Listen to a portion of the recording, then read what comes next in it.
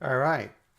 Hopefully you can now hear me. It shows you, isn't it? I haven't live streamed for probably about 4 weeks now, and randomly the settings on the mic had actually changed, which is just completely bizarre because this is the only mic I've got. So weird. Let me know if you can hear me. And I'll start anyway, but yeah, just give me a shout out and let me know. I'll just wait for the delay to kick in and have a coffee.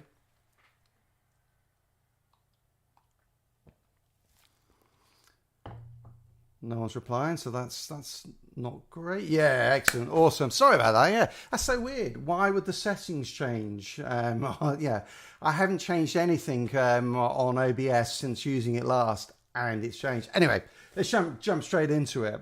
So we're here for the Worldslayer broadcast on the Endgame. So I forgot the name of it now, which I should know it. Tara Gratar. And really our first sort of look at what it is. Hey, morning from New Zealand. Very early in the morning at that, isn't it? So hey Ryan, hey Jose, hey Kivo, Abu, and obviously Macintosh. I said hi before, but you didn't hear me. Now you can. So yeah, so I mean this is one of the things that I've had most sort of feedback on has been, you know, we had the issue around paying for the end game or for the new content. You know, is it too much? I think the general consensus is that, yeah, it might be a little bit on the expensive side, particularly if you actually bought the original game. If you shelled out $60 for the original game and now you're paying another $40 for the new content, $100 is quite a lot of money. Now, in comparison, okay, you could look at other games and say, well, hang on a sec, you know, something like World of Warcraft, Final Fantasy 16, you're paying subscription every single month. All right, but this isn't that sort of game. It's not a live service. The content is one and done, even for the expansions. And even though there is, you know, quite a lot of replayable content in the expeditions as there were, and hopefully in what we're going to see today. I think the general consensus, though, is that the right price point would have been probably around $20. Now, I think actually for new players, I think the price point is brilliant because I think it's before tax. The US always does things before tax, and that's where I live. It's about $54, I think it is. So it's probably about $60 including tax for the base game and the expansion. And I'm like, that's fine. I mean, that's to me, $60 for the amount of content you're getting there. That's pretty damn awesome. For us, you know, many of you, you know, obviously, you know, we've been playing this game for, you know, well over a year now. $40 feels like it could be quite a bit. Saying that, you know, they've all, hey Gray, how's it going? They've already, you know, we've already seen from what the guy is. There is, you know, there is a campaign in there. Hey Tempest, how's it going? There is a campaign in there. I've got the end game. They're now bringing in some new systems in Apocalypse Tiers and Ascension Points. You have got, I think it's over 100 new gear items. I mean, even on the armor, there's a three-piece bonus set. So 5-piece with a three-piece bonus for every class. Plus, I think they said that there's a 5-piece bonus as well for every class. And then there's more general, actually it might be more just the general ones. But I mean, you know, you've got a whole load of new armor sets. You've got a ton of new weapons and new mods. So there is quite a bit of content, but yeah. I mean, I'm with you, Jose. I've just seen your comment come up that you've pre-ordered, and you're skeptical. Yeah. Now, look, I have to say, you know, before we get into it, we've got about 9 minutes, and I've got to just run out for like about 30 seconds to do something. Hey, GD. I was in the closed beta. There are some of you on here I know are in the closed beta as well. All of us had to sign effectively an NDA. I mean, it wasn't in a legal contract, but in order to get into the closed beta. And Greg, good question, Greg. I'll answer that in a second about when can we talk about it. We had to sign something that basically said we won't talk about it. You know, we won't reveal the content. We won't talk about new systems other than basically anything we can talk about at the moment is what they show. So I think for, you know, people like myself and for others on the stream who I know were in those closed beta, I think we just have to be a little bit careful. You know, we just have to try and keep the conversation to what we see, which is going to be tough. I'll be honest, it's going to be tough because there's sort of stuff where it's like, I know, you know, we've played through what we believe is all of the content that will be available. And so probably have a reasonable view about, okay, is it worth it? Is it any good?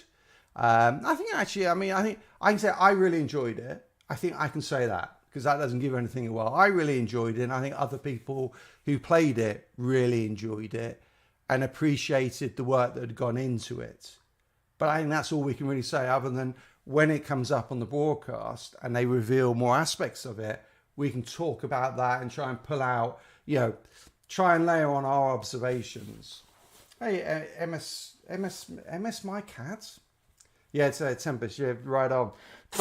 Yeah, no, I think the great thing is, excuse me, a lot of people have pre-ordered the game, which is great because obviously, yeah, I think all of us are hoping that this expansion does well enough that they do more expansions. And as I did in one of those Outriders news videos, there is speculation already that that you know PCF have 2023. They're not releasing any new games. So do they have that some commitment that they will do some more expansions through 2023, and then they'll see what it's like then? I mean, I don't think it's that as I said in the video, I don't think that's clear cut, because when you look at their history, they've had years when they don't produce things. Now, the one thing I think that is a little bit different now is that PCF are now self-producing some of their games. So whereas previously before, yeah, so stay with Outriders. You know, Outriders, Square Enix basically is the does the publicizing of it, the distribution of it. And so the deal with PCF was they would have been paying PCF all the way along through its development. And actually, if you look at the financials of PCF, you can actually see that. You can see they get all these chunks of money for developing games for people like Square Enix then to actually distribute. So for them, if it doesn't work out, it's not actually that much of the end. It's not the end of the world. The royalties, which, you know, they haven't received any royalties for Outriders yet because the costs that Square Enix have incurred haven't actually been covered yet. But, you know, and that is a big factor, because then it'll be whether Square Enix sticks behind it. And I'll just come on to that because there's an interesting development came on that recently. But I think, you know, with PCF now actually distributing their own games, that means they're not getting paid anything for them. So they've got to pay all the costs of development, and the only way they get money for it is when they actually start selling it. That's going to put a much bigger strain on their finances. So will they need to continue to put out Outriders content to try and get some royalties so that they can actually then cover the costs of what they're doing? So that'd be interesting. On the Square Enix side, so Square Enix, I don't know if you saw, they sold a whole load of their, I think it was their European businesses and a lot of the rights to games. I can't remember what, I mean, they didn't get rid of their really big stuff, but there were a lot of, you know, titles. I think the one, wasn't it, was what's the one, Soul Reaver, that Skill Up always goes on about. Yeah, the rights to that has now been sold by Square Enix, and so the people who bought it, and I forgot who it was, but they can actually go and make that game. Square Enix did not sell the rights to Outriders, which to me says that they are committed to the franchise and that we should see some more of them, which I think is great news. So let me just catch up on some of these comments. So Jose, zero appreciation. The zero appreciation for people that bought the original version. I think that's, yeah, I think there's a little bit of that. I think this one does favour new players. And maybe that's one of the challenges, isn't it? It's like, you know, when you see a credit card deal, people are getting new, or even a phone. The new people buying that get a much better deal than the people who are already in it. But that doesn't mean it's right. Okay, yeah, I think Tempest. Now, if people haven't seen that point with Tempest, I think that's a really good thing as well. I think what they've announced in the Apocalypse tiers, I think was a brilliant design choice, and I'm really, really happy about it. And what I mean by that is the fact that the Apocalypse tiers apply to all of the content in the base game as well, because that means that the base game content is going to be just as relevant as the new content. It's going to be at the same Apocalypse tier. You're still going to be earning to actually get the next Apocalypse tier. And I think that's great, because you see so many games where, yeah, they move on to the latest expansion and all the old stuff is like, well, yeah, that's useless. There's no point playing it anymore. It's too low a level. You're not going to get anything out of it. Now, on it, I must say, we've only got 2 minutes. I'm trying to run through some of these very quickly. On Apocalypse tiers, I'm not that happy on Apocalypse tiers, because to me, Apocalypse tiers and Ascension points is not content. That is us being forced to grind, to level up, you know, do the power level, a bit like Destiny with their stupid, you got to do every game mode to get all your power engrams. But they're forcing us to do that to keep leveling up. Because every time you get, you know, if you play, you will keep leveling up your Apocalypse tiers. And every time you level up, your gear will no longer be as good. And you saw, I'm being a little bit careful here, but you saw even in the base game how expensive it was to level up a legendary piece of gear. And that cost was growing every single level. I think it's safe for me to say that continues. And so there is no way you will be able to afford to keep leveling up your entire build's gear set every time you go up an Apocalypse tier, which means you're forced into this grind cycle. That to me is not content. Now, we've got 6 seconds. Let me just run through that. Yep, great. I still play the endgame as well. I don't think it will. I mean, I think I can say that we played, so for those of us in the closed beta, it played really well. I had almost no issues whatsoever. I think that's okay for me to say. And that was a pretty much final version of the actual game that's going to come out. It worked really, really well. I played mainly solo. I think Tempest may have played a bit more in groups. Solo didn't have a single problem. So I'm relaxed about that one. I think we'll be fine. Yeah, I think, you know, I don't know who actually maintains the servers. I suspect pretty certain it's Square Enix though. And yeah, that was a problem in places. Yeah, I don't know. Your Fox and Fire, you won't have to start over, but it is inevitable because there's lots of new mods coming out and you've got all the pack skill trees that some of what you're doing now, you will need to change. I think I'm fair. I can say that.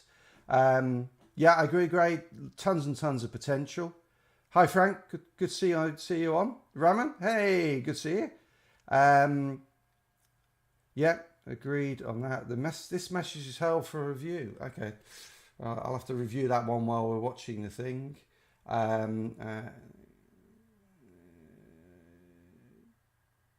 Yeah. Okay, so let me show. Oh, and we're going in 2 minutes.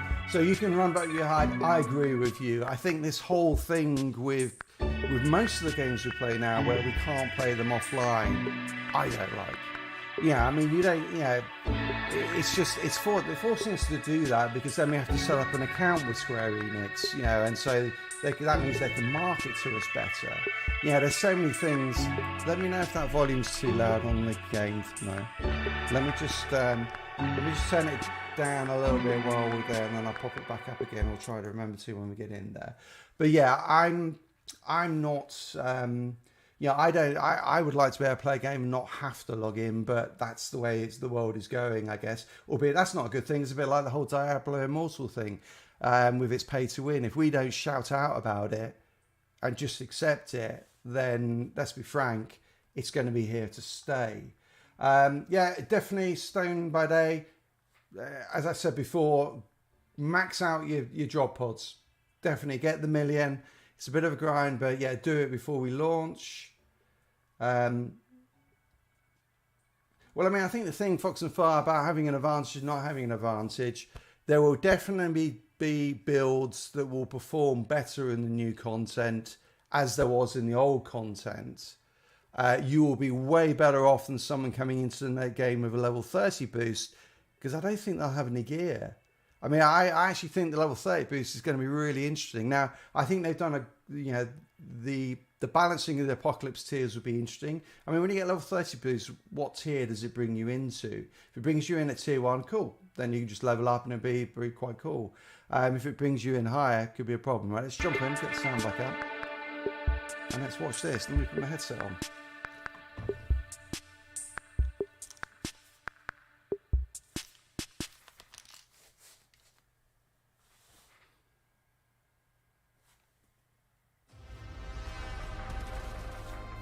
You want to know what awaits you? Do you really think you're ready?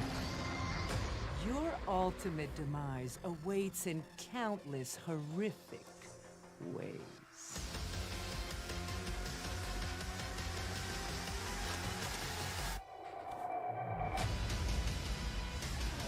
If anyone's having problems hearing the sound or the visuals, just shout and let me know.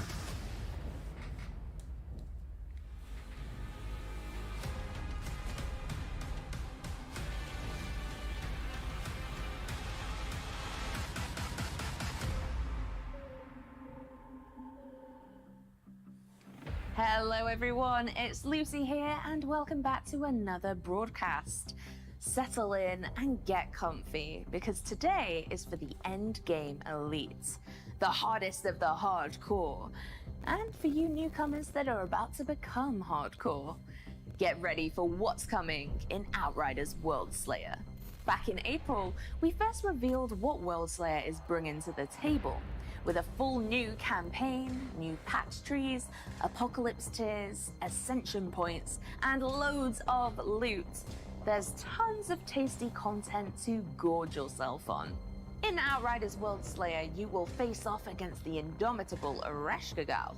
But even if you do manage to beat her, you've just opened the doors to even greater horrors in the Trial of Tarja Gratar. This brand new dungeon experience will offer you hundreds more hours of gameplay and truly push you to the brink of your controller's lifespan. Before we get into the nitty-gritty details on the extraordinary endgame, we should kick things off with a trailer, don't you think? Feast your eyes on this. I'll be back. So.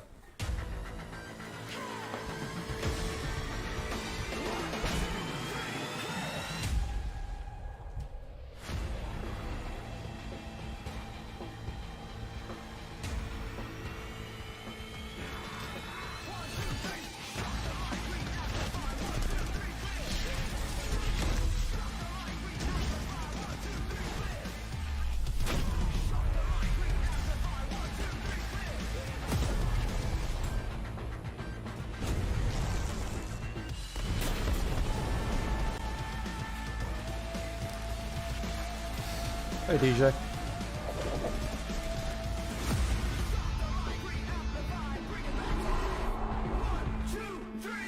I just realised this music will probably get this this live stream demonetized. Oh well.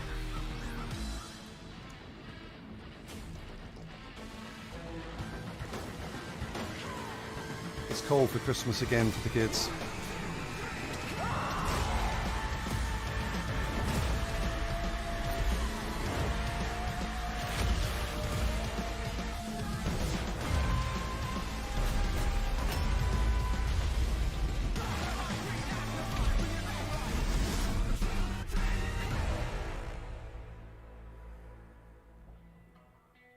You're going to want to bust out your best skills for kills and customize your favorite class to their fullest, most brutal potential.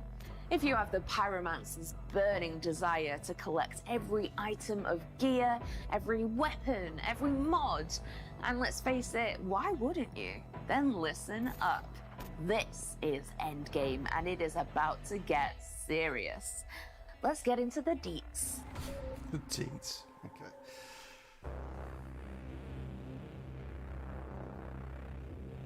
Hey there, fellow Outriders, and welcome to your biggest challenge yet. Today we're going to take a closer look at our new and much anticipated Worldslayer Endgame. A vast and pretty damn scary place called the Trial of Tarja Gratar. Quick disclaimer, Next to the overall structure, we'll be checking in on some of the new gear available with Worldslayer. And we'll also take a look at one of the new enemy types that are only to be found in Tarya-Kratar. Other than that, we'll keep it spoiler-free, of course. We're also mostly soloing for the purpose of the spotlight. Please keep in mind, as with so many things in life, they are even more fun when you team up with friends and experience it together. Enough chit-chat. Endgame. Let's get it.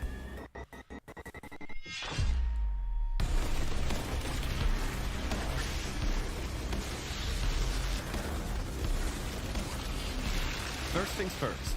You might ask yourself, what the heck is Tarya-Kratar and why are we here in the first place? Sadly, we can't give you the full background and history of this place just yet, because that's something for you to explore, as it is very much linked to the Worldslayer story campaign. It's safe to say though, without revealing too much, that this place is deeply rooted in the legacy of Planet Enoch's mysterious natives, the Pax. Where's the Father's power? This madness. I gotta find out what the hell it was. Let's start with an overview of Tarya-Kratar itself. The trial takes place in a new, huge and fully explorable area, including changing weather, day and nighttime scenarios. It will confront you with different combat encounters and in some cases, exclusive enemies. You'll need to stand victorious after every encounter in order to delve deeper into the heart of Tarya-Kratar. But make no mistake, your enemies are relentless and will even grow in difficulty tiers over the course of your venture. Every run starts at your base camp, conveniently set at the entrance to the trial area. Here you will find all needed amenities for your Outrider lifestyle. Vendors, crafting, fast travel, customize your character's look, access your stash, find a party, and even access to all 18 previous expeditions. You'll be returned to your camp if you manage to complete a full trial run, but also if you abandon an attempt or simply die too often. In any of those three cases, Tarya-Kratar's rewards will reset and be freshly obtainable. That was, it was pretty cool, some of that.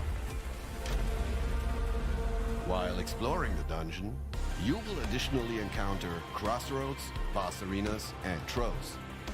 Crossroads may give you the opportunity to explore areas off the primary path, and most of the time they will lead you to troves. Boss arenas are mandatory to progress deeper into Tarya-Kratar. We are currently here. Our first crossroads is giving us the option to explore a trove right from the get-go. I will talk about the specifics of troves a bit later. Let's go and wreak some havoc first. By the way, there's no timed element to the trial. You can complete them at your own pace, and nobody will scream chop chop at you while you stop, smell the roses, and just take in a nice view from time to time. Anyway.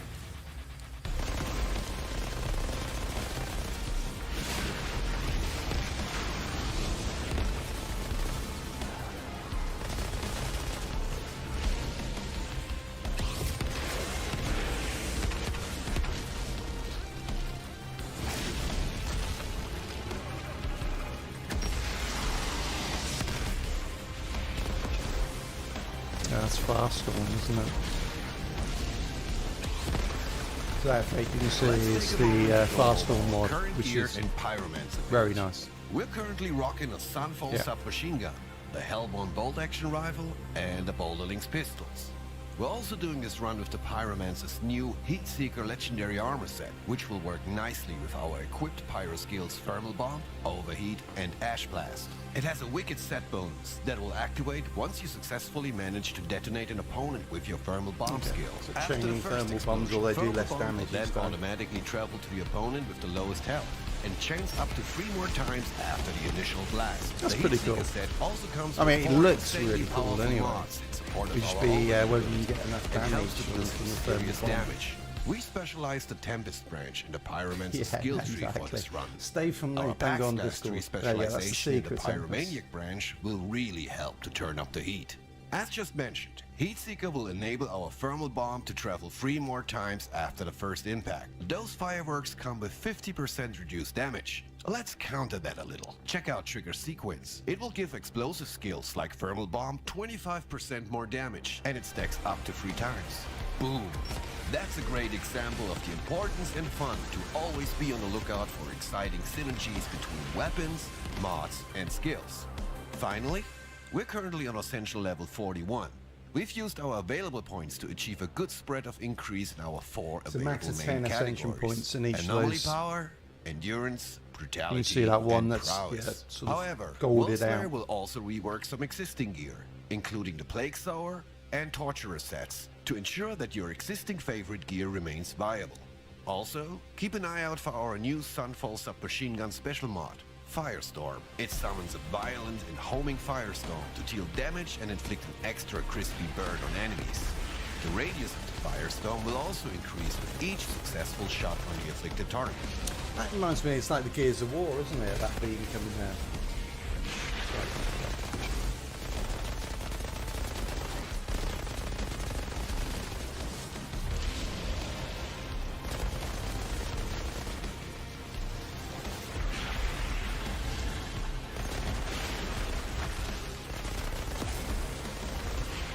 That was fun.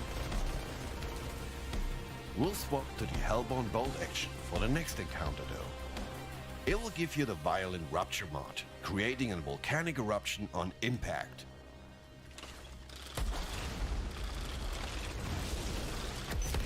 Now, all those Pyromancer players might notice that this is actually one of the Pyro's most brutal abilities. So, with Thermal Bomb, Overheat and Ash Blast already on our skill bar, we essentially added a 4th one on demand. Nice.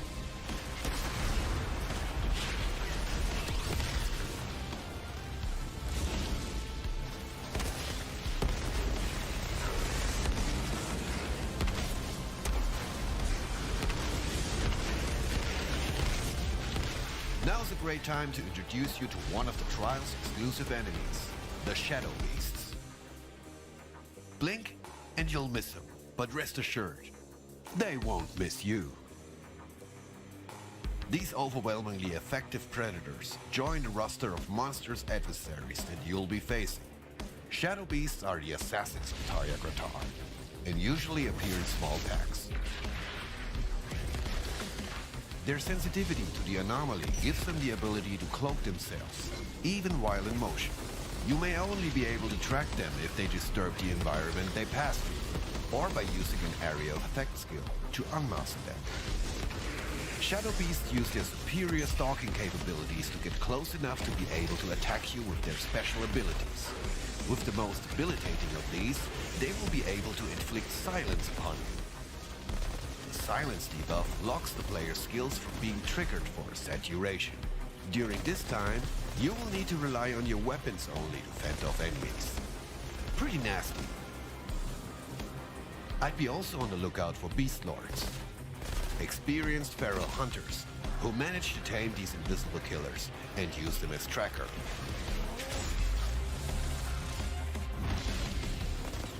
We now have the option of progressing to the first boss arena, or taking some time to investigate the trove access from these crossroads. Let's keep that boss waiting a little longer. As we mentioned earlier on, troves are optional areas that you can explore as you progress through Tarya Gratar. They're dangerous enough to potentially cut short a dungeon run, but their rewards are well worth it. Let's remind ourselves of why we're all really here. Sweet, badass loot. And troves offer something new to the Outriders universe. Targeted apocalypse gear, loot, farming. Each trove will individually offer a particular slot of gear. For example, one trove will focus on helmets, while another will offer only chest armor pieces. Completing a full run of the Trial of Tarya Gratar will reward you with tons of new and amazing items. But these trove areas give you an added opportunity to target and farm for specific Apocalypse variant gear to complete your set. Given you make it out alive from one of the trove areas, you'll be returned to your last crossroad and can continue your journey. Each location will challenge you in different ways. Some of them will surprise you with complete new enemy types since your last visit, while others throw brand new boss mechanics at you. Again, throws are always a high-risk affair, but high risk always comes with high rewards. Outriders Worldslayer. So just to state the obvious, the trial of Tarya Gratar is repeatable at any point and designed with high replayability in mind. Guess we kept our first boss waiting long enough. And I'll leave you now with a few glimpses of what's to come. We hope you will have hours and hours of amazing fun in Tarya Gratar. Take care and goodbye, lovely people.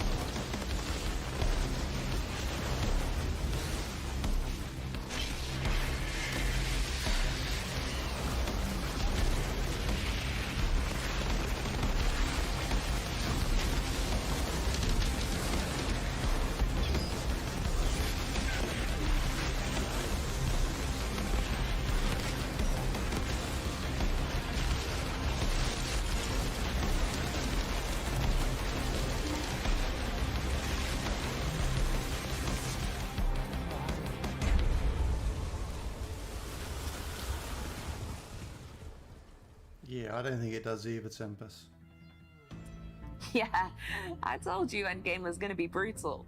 We have the new Apocalypse system, crazy powerful third mod slots, insane new guns and gear, devastatingly beautiful environments, monstrous enemies.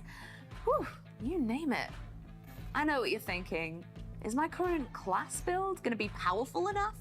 Am I good or mad enough to tackle a solo run? Well, you would have my infinite respect for beating Endgame by yourself, but you might want to bring along some company to aid your battle through Tarya Gratar. Speaking of company, where you at, Robbie? It is time to break down those questions and answers in another community section. Thanks, Lucy. What's good, Outriders? Welcome to the community section of the broadcast. You have the questions and I have the answers, so let's jump right in.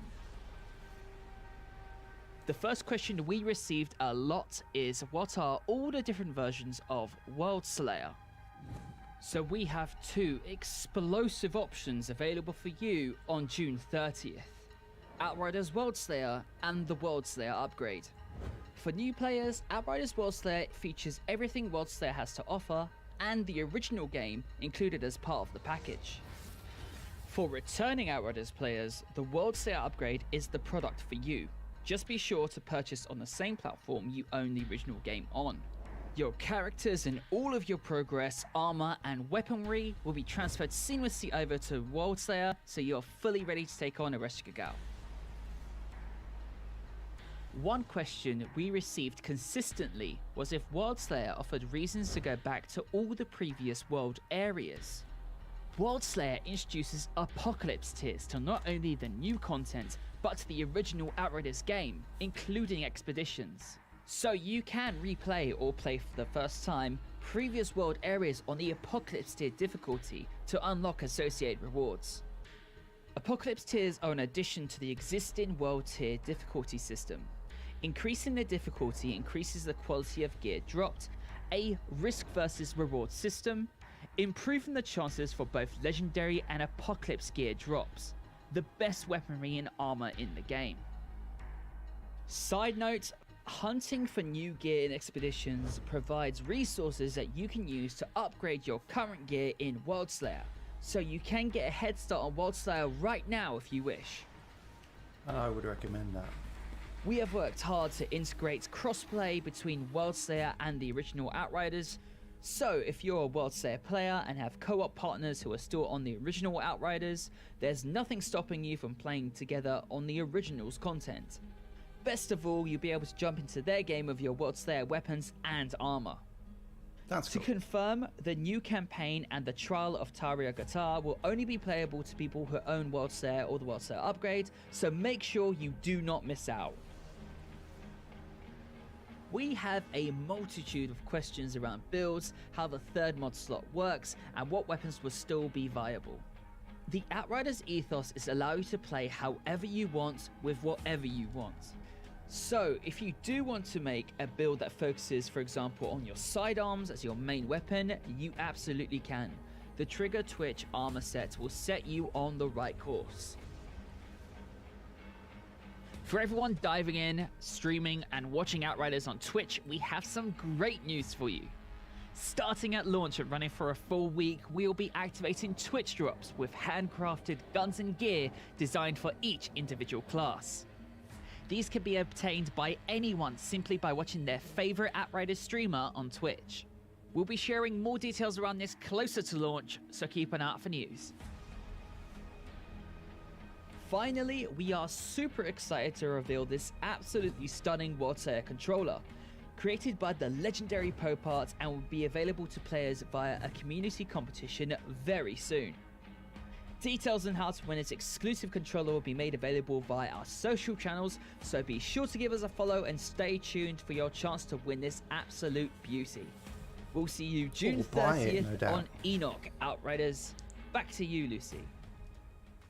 Thank you, Robbie. So, Outriders Worldslayer for new Yeah, I agree players with and the the Twitch Worldslayer drops, they'll be upgrade like, for "What mods are on existing these?" players are both available to pre-order right now. And for a limited time, if you do pre-order, you will receive a price discount and 48 hours early access. So it's a no-brainer. Go and do the thing. I can't wait to gear up with Sven and Robbie and tackle the horrors of Worldslayer together. Clearly, I'm going to carry the team where my Trickster main's at. Thank you for tuning in to another Outriders broadcast. I've been your host, Lucy, and we will see you all on Enoch very soon. Goodbye. All right. All right, let me just kill the sound on that. Right. Okay. So lots of people who gave some very positive noises coming from that, which is good. I'll quickly run through some of these things that came up during that, which I didn't want to keep interrupting. So yeah, I must admit, Fox and Fire, I think the names, it's just they try and make them so as hard as possible actually to understand. Oh, there's Asmon. I'm gonna see if I can. Oh, that's my video. Hey, look at that. Hey, yeah, it's us. Woohoo! Oh, Full Measure as well. We could watch him. There's I'm just going through those. Yeah, the weather changes were great. I think the I would say, as I said at the start, I've got to be careful though, because we are under non-disclosure, having played all of this in the closed beta, and so I've got to be a little bit careful what I say. So where people are talking about existing mods for both armor and your weapons. They mentioned that you can tell I'm trying to be diplomatic here and not say anything I shouldn't. They mentioned about the Plague Sowers and the Torturers gear sets changing, which they are indeed. They didn't say what the changes are, but they are changing. That is just the tip of the iceberg, is all I'll say.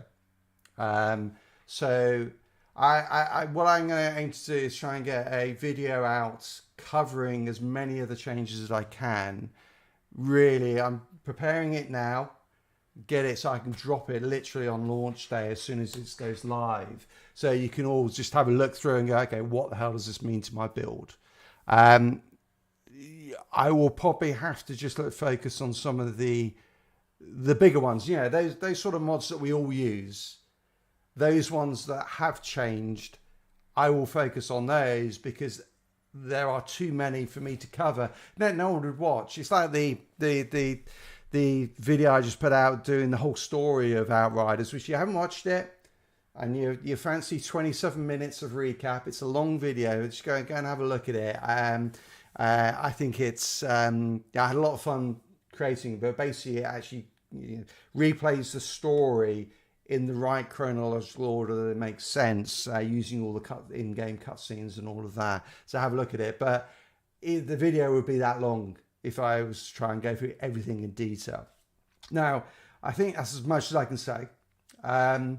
You mentioned about, I think, Tempest, you said, why is he taking cover at one point?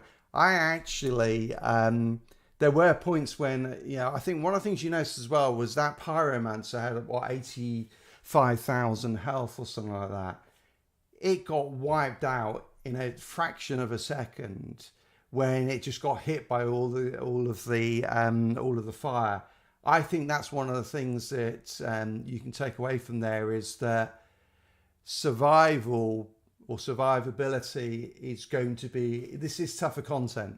This is tougher content in places, particularly as you start to level up. And so you may want to have a bit of survivability in there to keep yourself going. Let's just see what else is there. And I mean, I think, in terms of firing stuff, drop pods. The challenge you get is, drop pods are capped out at 1 million. You're probably only going to be able to upgrade your gear based on where we are now at level 50 and how much it costs to upgrade a legendary or an epic piece of gear. Is you're probably only going to do 1 or 2 levels. I didn't see Tempest what Apocalypse tier that was, but they got melted. And if they hadn't actually had one of their skills hitting at the same time, they were gone. Fox and Fire does amazing tank builds. He's on the stream. You can't say that. You can't stand a fool. Come on. I do tank builds as well. Anyway, no, he does. I mean, I think, there are lots of good options there. And I don't, the meta, I think the meta will change a bit from what you can see from there already. But I think that's something to bear in mind, was you saw how quickly they got wiped out. Yes, it is harder content. Now, I think the other thing is they mentioned about bosses. So, and you saw a couple of them there. So you saw the guy with, I guess, an axe, the Arbiters. And then you also saw the other one whose name is something like Oracle. So at different points during the trial, you will face these bosses, and they do have mechanics. So they are proper. I hate to say like raid type. I don't think they're as complex as a raid. They're not like ones where, like in Destiny, where you're going to have to go and grab a ball and move it, which is basically Destiny's mechanics. Move a ball from one bit to another or thread. But there are mechanics with it, and you saw a little bit of that within the video when you saw the other ads floating around. There are actual mechanics that you have to play within there, or you will probably wipe. They are a stiff challenge. If you haven't got your build right, you're gonna struggle, particularly solo. Now, I played it solo. I didn't play massively. I went up about I think I got up to about Apocalypse. I'm up to level 60. I can't remember what Apocalypse tier that was. But I mean, I was able to complete all of the content solo. So you still can do it. You just, you've got to have a guild that's able to take a bit of damage, as you saw from the footage. Is it difficult or is it frustrating? No, I think it would. I think I can answer that question light and bright. It wasn't frustrating. It was fun, and I could always see how to do it. It was all about, could you, in the heat of the battle, the moment, actually, do what you needed to do. There is a little bit about, I think one of the things, big mistakes I always see new players making is they don't level up their gear to max level. That is going to be really relevant. I mean, I got to a stage where I think I was playing level 57 enemies. Well, my max gear was level 57, and I hadn't bothered to actually upgrade it that much, and I was about 52 average gear score, and that means I was gimped as hell. I mean, I had much lower health, you know, and all of my stats were lower as a result. You will hit a brick wall at that point, because, you know, the content, the enemies, I can't remember, they're probably a few levels higher than your max level, and you'll feel it. So you're going to be, and that's why, I mean, I'm not that keen on the whole sort of power level creep that we've got and that sort of leveling, because you're constantly in this, I have to keep leveling my gear up, which means I've got to grind for drop pods to level stuff up, or I've got to go and find new gear at a higher level. So actually, I think Foxify, you made a great suggestion there about he's actually going and picking up green gear with the right attributes on. I think that's actually a really good suggestion as well. Is, you know, if you can get, you know, your current gear, you basically, and I think Tempest actually mentioned as well, is pick a build that you really like and that you're really comfortable playing. And I know it's difficult because you don't know what's going to change yet, but maybe after you've had a look at what's changed to the mods you're using, but pick a build, stick with it and level it up, then recreate your other builds, but have a stack of blue and green gear for that build that you can then level up very cheaply, so that you can then, yeah, basically almost like staggering yourself up. Excuse me, sorry, allergies. Because otherwise you're going to hit the brick wall. Will be, okay, I can't afford to upgrade any of my gear. Yeah, I think, yeah, Tempest, I think I'd heard that as well. There's about 3 level difference. I think it's the same as in the current game, is all the enemies about 3 levels higher than you, maybe less actually for this, and that's why it's harder, because of that level gap. But yeah, if you're, you know, you will hit that brick wall where, and then you have to go back and start grinding expeditions, maybe at a lower apocalypse tier, so that you can get the resources to then level up your build. If you've got the green and blue, you can keep the momentum going, and then when you get to max level, great, then you can actually go and recreate all of your other builds you want to play. You will not, I really don't think you'll be able to just say, oh, I've got 3 builds I love to play, I'm going to level all of them. I love the way I do my hands down here, you can't see it. I'll do it like that, see, look. You just, yeah, you will not be able to do that. And I think that will be a horrendous grind. Yeah, no, exactly. Trades, I mean, that's the sort of issue you run into, isn't it? Even on the main game, is that your epics you can't afford to upgrade. You know, yeah, and if now you've got max level with legendaries as well, forget it. You'll be able to do a couple of levels with the resources you can build up before we start, but thereafter, no, forget it. You're going to have to either get new gear or grind for it.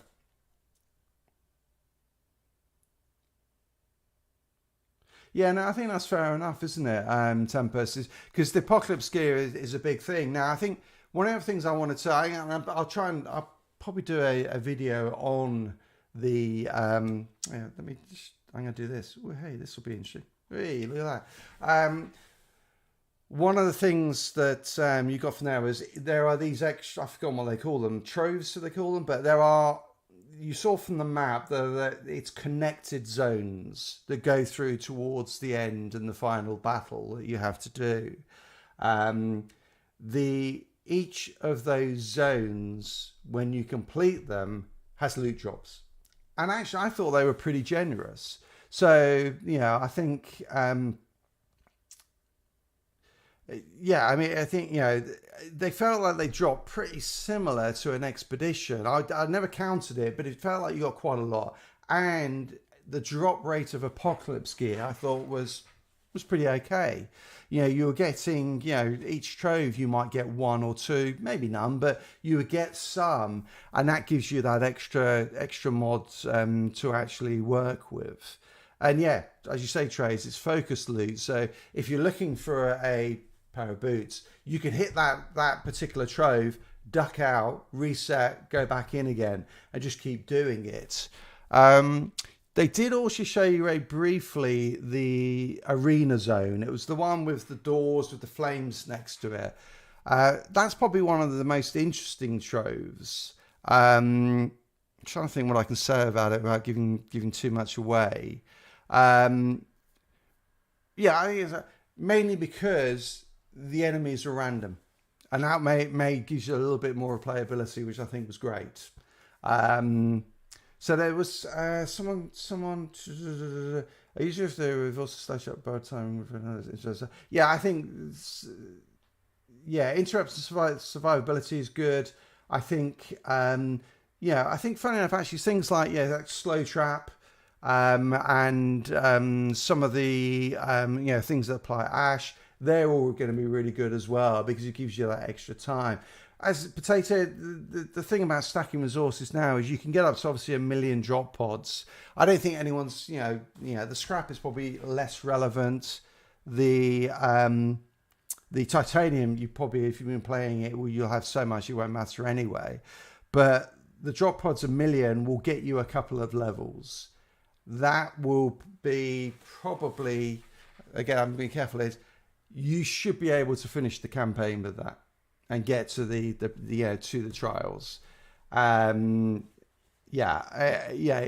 It's enough to get you a long way into the game, which otherwise you will get stuck probably in before that. Do you reckon carry on from level 30 or start from the beginning? I would personally. Funny enough, for the video I did doing the whole story of Outriders and going through and actually doing the creating that video, I ran a brand new character through on World Tier 1 through the entire game, and it took me probably about, I'm going to say maybe about 5 hours to do the entire game from scratch. And by the time I got to the end of that, my character was level 30. So I think if you wanted to, you could just do that if you wanted to. Personally, I think I'd start from level 30. But use the time now to try and get those banks of drop pods, banks of green and blue gear, so you've got them ready for going into this. I think also going to be random. Do that you play Endgame 2. I'm not sure I get that one. Okay, yeah. Yeah, I mean, trades, it's not random in that there is some randomness in it, is all I'll say. But it's not completely random. That doesn't really answer anything, but I can't, so there you go. Is there any way to make a build with skills only? Absolutely. Absolutely. You definitely don't need to. I mean, certain classes are better than others, but I mean, Pyro, you don't. A lot of the Pyro builds only use guns to actually use the weapon mods, and so so basically you'll have a funeral pyre with Shadow Comet and Claymore Torrents on it. You fire in one shot, hip fire to proc. Hopefully you'll hit a lot of enemies because then it'll proc multiple times all at once. And you'll fire once, and then you're back into your skills. So absolutely, I think the class that I played my tank build, and the reason for that was because of I eventually want to try out that gear set that they put out. I think it was I can't remember the name of it now actually, but it's the one where you get anomaly power scales with your shield, and of course the middle tree Trickster, you have disruption shield, which I think is the end node, which basically means every time you use a disruption skill, deception skill, you get 50% shield back, which means basically your shield's at max a lot of the time, which means you're going to have 100% buff to anomaly power. So now the actual gear set I think was a firepower, but if you would use the legs, gloves, and say pants for the Americans and trousers for the British, you're going to actually then put anomaly power on the other ones. You actually probably be able to get a really nice buff to your anomaly power, which means a little bit of pain could hit really, really hard, or some of your other skills. So I think you absolutely can make very builds that are almost purely skills. I mean, Tempest on his Devastator, if you've ever seen him play, basically most of his damage comes from Earthquake. No, I mean Tempest mentions there about the shadow beasts that silence you. The silence is only 4 seconds. It's not massive. The most annoying thing with those shadow beasts is when they go invisible and you can't actually hit them. That's probably the most annoying bit, because certainly when I use some of my skills, they didn't always hit them while they're invisible. So yeah, that's probably the hardest one. Where are we? Skills only. I'm trying to work out how much I can answer on that. Yeah, I'd say, Gray, it does. You saw the arena. Yes, there is more variety, but I would say it's still questionable whether it's enough. We'll see. Yeah, no, Frank, it does take a while. I mean, you get as well 64,000 drop pods, so you're basically talking about running 15 expeditions to max it at least 10 minutes a time. Okay, that's a fairly big commitment to actually max out your resources. Yeah, I mean, trades. I think the shadow beasts were annoying. They don't appear in every zone though, so you could actually just avoid them. So that's one of the things, because they showed you saw it in the map they showed. There are branches you don't have to go down, so, and there's some you have to go down because it's taking you through to the end. So yeah, I think you can avoid them somewhat. Yep. So that is good news. Yeah, no, absolutely, Rude. Yeah, no, I mean, Tempest is spot on. It's like the funeral pyre or Damascus offering with Damascus offering with Claymore Torrent and say Fortress on it or something like that. Those are all good options. Yeah, great. It is, because I mean, I don't want to. Yeah, I mean, I don't think someone like PCF would come after, or Square Enix will necessarily come after someone like me who's talking to sort of 30 to 40 people. But also, I respect that they put a lot of work into this, and they want it to have that impact on day one. Or day 5 when people get to the end game, whenever it might be.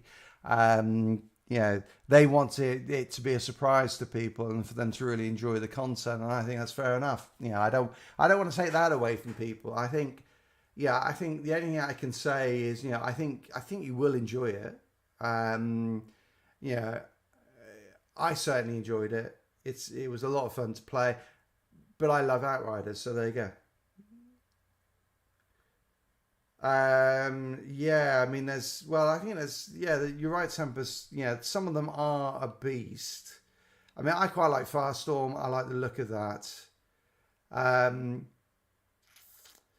But yeah, I mean, I think one of the challenges I haven't seen yet personally, because I didn't get to level 75, is how much damage do all the mods do when you get there. One of the things I noticed on the some of the stuff they put out is some of the tooltips that they've already put out aren't working quite right. So, for example, there was I put that video on. It was the gear set bonus on the, was it Scorched Sea Light? I can't remember which one it was, but it was showing only 1.4 million of damage, and you're going, well, why would you use it? It doesn't seem to make any point when you see Firestorm there doing 21 million damage over 8 seconds. And the answer is because actually it doesn't do 1.4, it does a lot more than that. It's just the tooltip wasn't quite working yet. And that's the same. I saw quite a few mods within the game where at the stage it was in the beta, those tooltips weren't giving the right answer.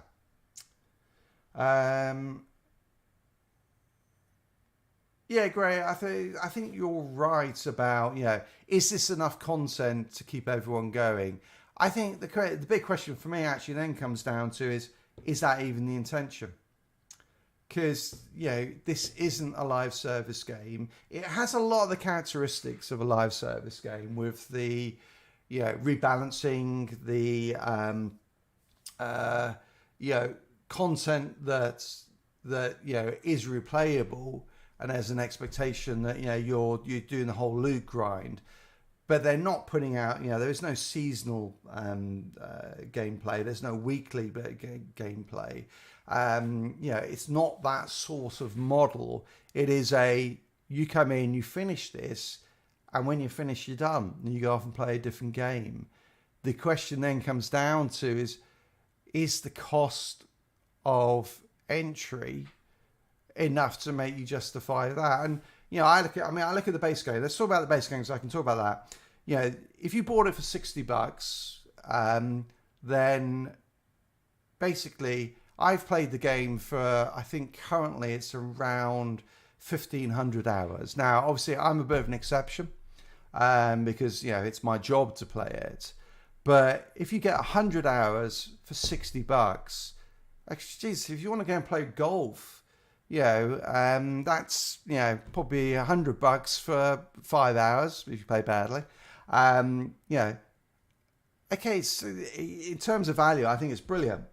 I think this will be similar as the $40 or whatever. Will you get 40 hours out of this? Yeah, absolutely good. I think people is actually the thing is you can't think about this as in the same context as you would do a Destiny. This isn't a season's worth of content. This is one game that you can play and then you can walk away from it.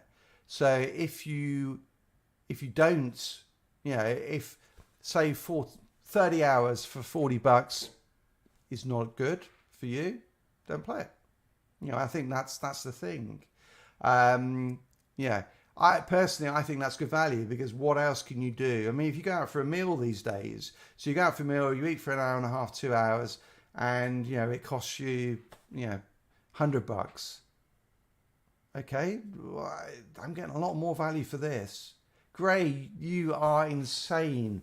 2,000 hours. This is my job, and I've only got 1,500. Insane. That's just too much. You need to get a life. No, you don't. It's actually, this is life. Out there is not real. Great.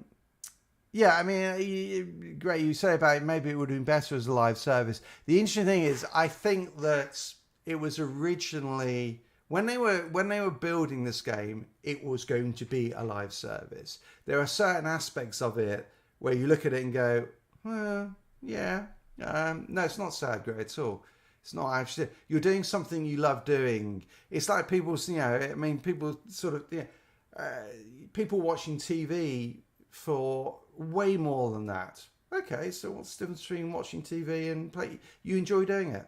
Just go and do it. It's okay. You can play as much or as little as you want. That's all cool.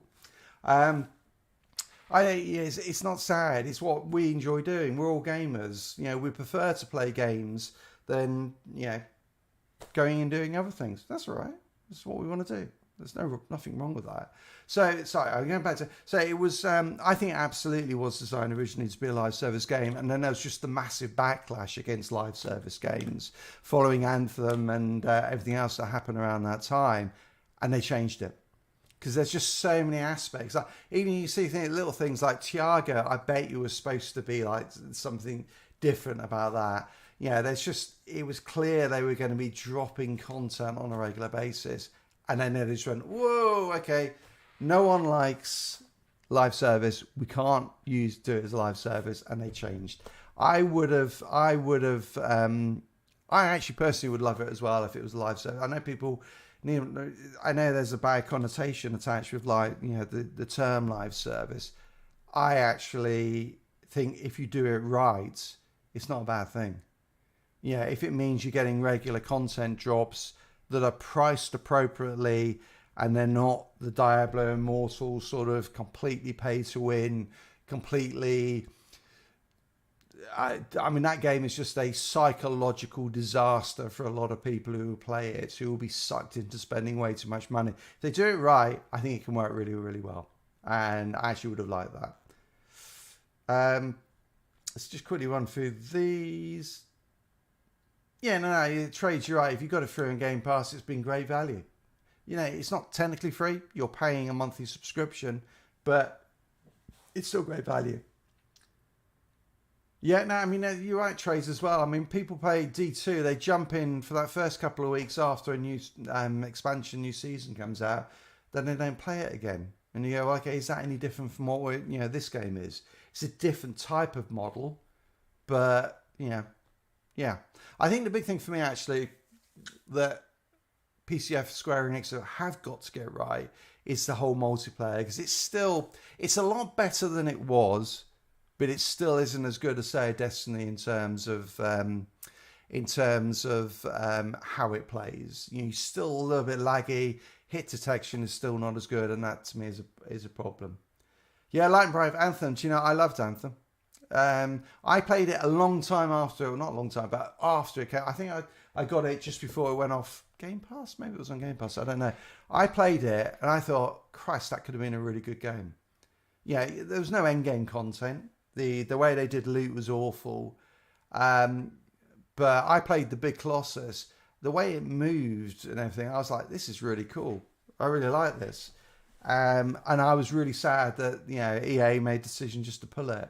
I was like, no, just keep it going, and, put some resources into it, and you could have a really good game here. But, hey, that's the way it goes. Yeah, no, exactly, Rude. I think touching grass is overrated. And funny enough, Trace, the thing about live services, people don't like any game done badly. It's just there's been so many. There's too many games that have come out that just haven't done it well. Have been rushed. Have been launched. I mean, even Outriders, when it launched, it had issues. I didn't think. I mean, I play on Xbox now on the Series X, but back then it would have been on the Xbox One. I never actually encountered a lot of the issues that people had. I think a lot of PC players did. For me, it was a pretty good. I didn't get the inventory wipes. The multiplayer was crap. Yeah, I had all those sort of issues, but as a solo player, it was fun. So I thought that the launch wasn't too bad, but a lot of people had such a bad experience that that put them off. And I think that's the challenge with a lot of live services. They're put out before they're ready. Because the developers have that opportunity to go back and keep changing it, and actually do the balancing, issue more content. That doesn't really work. Actually, when you go into a game when you first try it, you want it all to be there.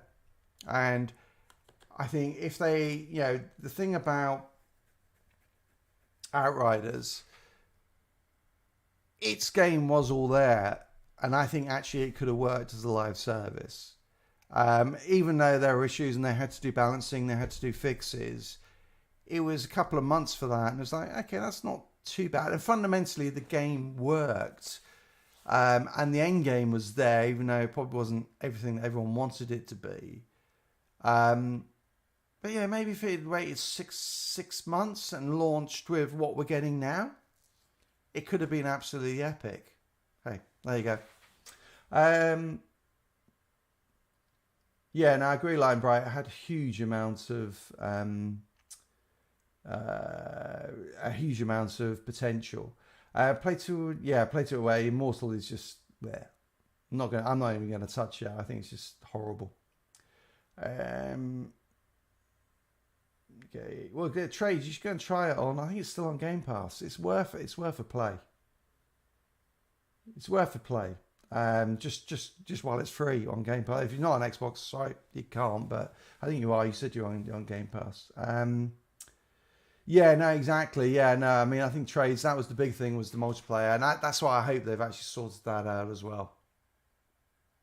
Yeah, great. So even there, any problems? A lot of people didn't. And yeah, it's funny. Even the wiped inventory. I mean, I didn't have anything wiped. But it was so early in the game. It's like, was it that big an issue? I mean, people wouldn't have grinded for everything, and I think you still had the mods. So I don't know. Was it a big issue? I don't know. People do like to make big issues about stuff anyway. I mean, I think this is one of the things, like, Bright, you talk about Social Hub. I mean, I think it's actually one of the videos I put out last week on the Outriders News. was I really wish they did do more social on this. I mean, I wish Outriders a little bit got back to that sort of World of Warcraft excitement you had about, going into a raid with your mates, your guild members, and going and doing something together. Now, it's only a 3-man game, so you're not going to get the same sort of thing. But I'd love it if we had more of that social aspect. I mean, that's what... I mean, I played WoW back in, all the way through, just past Mr. Pandaria, and then I'm afraid I'd done when we got to Pandas, really. But, I mean, I remember playing, Wrath of the Lich King, and that was so fucking epic, playing with friends and doing some of the content. And that was way more enjoyable than the actual game itself.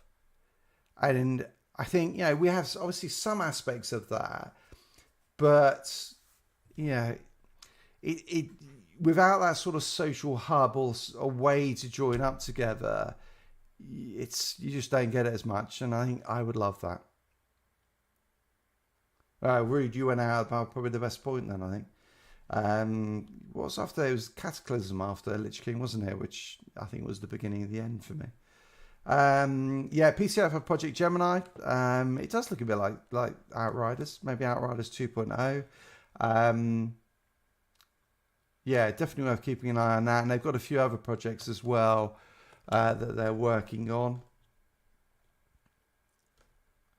I don't. Funny enough, you can. I'm not sure they are that bothered about the royalties.